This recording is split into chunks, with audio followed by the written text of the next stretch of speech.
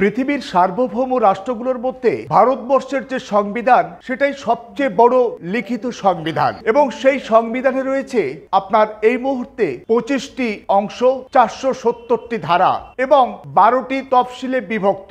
কিন্তু প্রথম যে সংবিধান বাবা সাহেব আম্বেদকরের নেতৃত্বে তৈরি হয়েছিল তাতে প্রথমে ছিল 22টি অংশ এবং 395টি ধারা। কিন্তু সেই সংবিধান ভারতবর্ষের মহান সংবিধান, যার ভিত্তিতে আমাদের আপামর ভারতবর্ষের সমস্ত ব্যবস্থাপনা পরিচালিত হয়, সেই সংবিধান কি অতীত হতে চলেছে? সেই সংবিধান কি বদলে দিয়ে নতুন সংবিধান আমদানি করার প্রচেষ্টা চলছে? এই নিয়ে সারা ভারতবর্ষে রাজনীতি সচেতন মানুষের মধ্যে তৈরি হয়েছে উদ্বেগ এবং আশঙ্কা।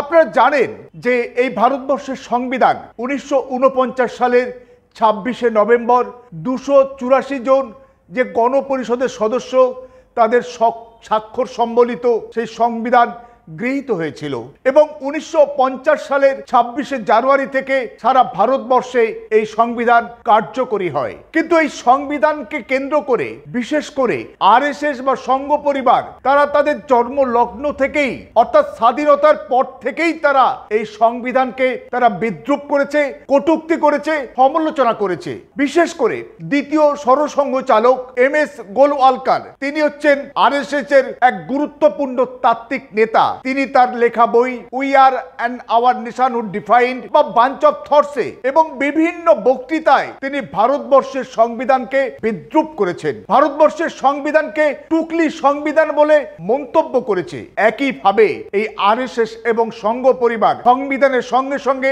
ভারতবর্ষের যে তেরঙ্গা পতাকা সেটাকেই তারা অস্বীকার করেছে। তারা তেরঙ্গা পতাকার বদলে গেরুয়া ঝান্ডা বা ভাগোয়া ঝান্ডাকে তাদের জাতীয় পতাকা করার ভাবনা তারা প্রচার করে। একইভাবে ভারতবর্ষের যে যুক্তরাষ্ট্রীয় কাঠামো, ভারতবর্ষের যে জাতীয় সঙ্গীত, এগুলোকেও তারা বদলে দিতে চায়, মুছে ফেলতে চায়, আমদানি করতে চায় নতুন কিছু এবং সে সমস্ত গুলোই উস্কে দিয়েছে নতুন ভাবে। যত সেপ্টেম্বর মাসে নতুন যে সংসদ ভবন সেখানে যখন কাজ শুরু হয় তখন পুরনো সংসদ ভবন থেকে নতুন সংসদ ভবনে যাবার সময়ে যারা এই মুহূর্তে সাংসদ আছেন রাজ্যসভা বা লোকসভার, সেই সমস্ত সাংসদদের একটি সংবিধানের নতুন একটা কপি দেওয়া হয়েছে এবং সেই সংবিধানের যে কপি, সেই সংবিধানের কপিতে ভারতবর্ষ সংবিধানের যে গুরুত্বপূর্ণ দুটো অংশ, যে ভারতবর্ষের ধর্মনিরপেক্ষতা এবং সমাজতান্ত্রিকতা, এই দুটো শব্দকে বাদ দেওয়া হয়েছে। আপনারা জানেন 1976 সালের এক গুরুত্বপূর্ণ সংবিধান সংশোধনী, সেই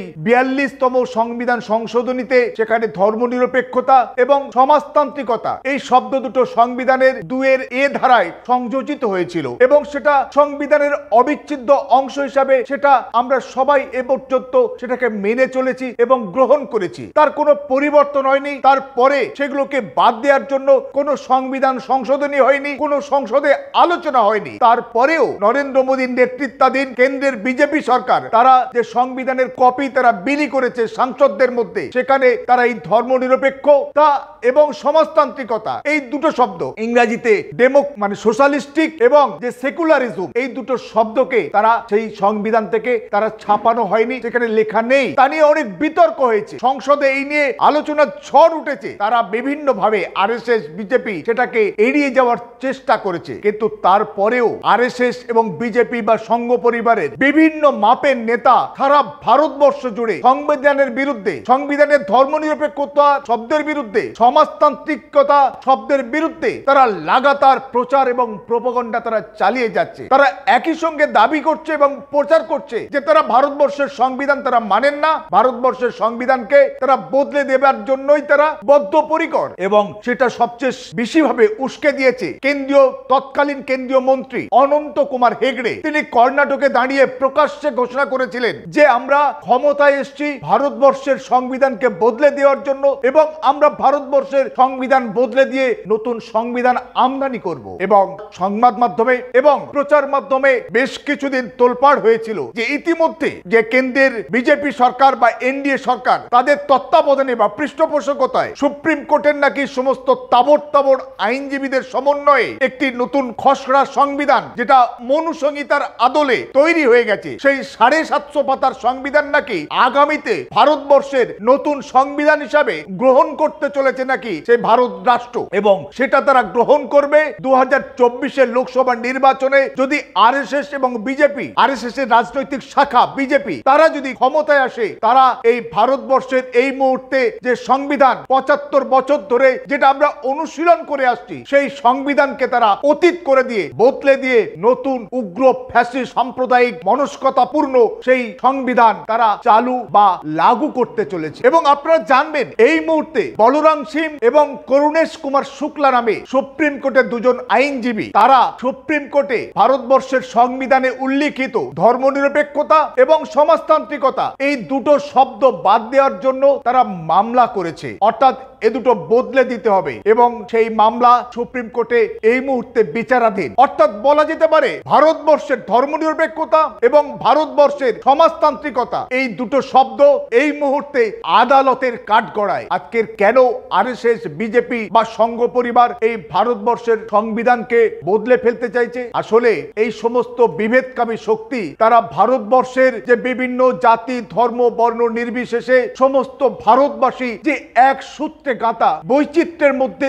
ঐক্য, ভারতবর্ষের যে মূল সুর, এবং তারা নানা ভাষা, নানা মত, নানা পরিধান, নানা বর্ণ, নানা ধর্ম, তারা সবাই মিলে যে একসঙ্গে যে মালাই গাঁথা এক ভারতবাসী হিসাবে তারা আত্মপ্রকাশ করুক, আত্মবিকাশ করুক, তারা এগিয়ে যাক, ভারতবর্ষকে জগৎ সভায় শ্রেষ্ঠ আসন দান করুক, এটা তাদের না পছন্দ। তারা মানুষের মধ্যে, সম্প্রদায়ের মধ্যে, জাতির মধ্যে বিভেদ তৈরি করে, তাদের মধ্যে ঝগড়া এবং বিসংবাদ তৈরি করে দিয়ে তারা ক্ষমতা দখলই তাদের একমাত্র লক্ষ্য। তাই তারা ভারতবর্ষের যে মহান সংবিধান, যে সংবিধান বাবা সাহেব আম্বেদকর সমস্ত ভারতবাসীর সমস্ত অধিকার এবং মর্যাদা একেবারে সমান সমান করার প্রচেষ্টা চালিয়েছিলেন, সেই সংবিধানকে তারা অস্বীকার করে মনু সংহিতার আদলে নতুন সংবিধান চালু করার এক প্রচেষ্টা চালাচ্ছে। তাই 2024-এর লোকসভা নির্বাচন ভারতবাসীর কাছে এক অগ্নি পরীক্ষা। তারা এই ফ্যাসিস্ট সাম্প্রদায়িক বিভেদকামী আরএসএসের রাজনৈতিক শাখা বিজেপিকে আগামী 2024-এর লোকসভা নির্বাচনে তৃতীয়বারের জন্য ভারতবর্ষের ক্ষমতার মসনদে বসাবে, নাকি এই ফ্যাসিস্ট শক্তি, এই দেশ বিরোধী শক্তি, এই দেশদ্রোহী শক্তি, ভারতবর্ষের সংবিধান বিরোধী শক্তি, ভারতবর্ষের যুক্তরাষ্ট্রীয় কাঠামো বিরোধী শক্তি, তাদেরকে হটিয়ে দিয়ে যে বিরোধী জোট তৈরি হয়েছে, যে বিভিন্ন বিজেপি বিরোধী রাজনৈতিক দলগুলোর মহাজোট, ইন্ডিয়া জোট, সেই জোটের পক্ষে তারা রায় দেবে বা সমর্থন দেবে না ভোট দেবে। এবং আশা করা যায় যে অধিকাংশ ভারতবাসী তারা দেশের স্বার্থে, সমস্ত দেশবাসী আমরা বিভিন্ন ফুল একটা মালায় আমরা গ্রথিত হয়ে এই ভারতবর্ষকে এগিয়ে নিয়ে যাব।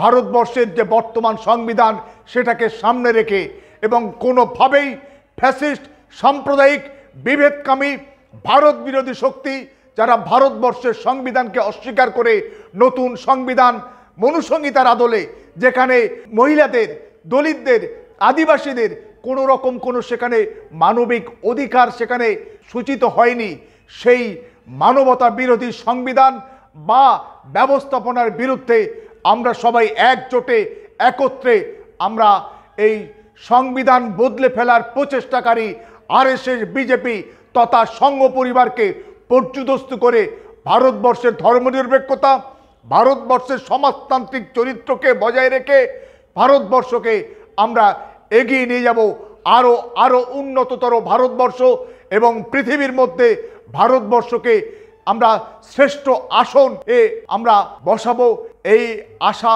আমরা রাখি।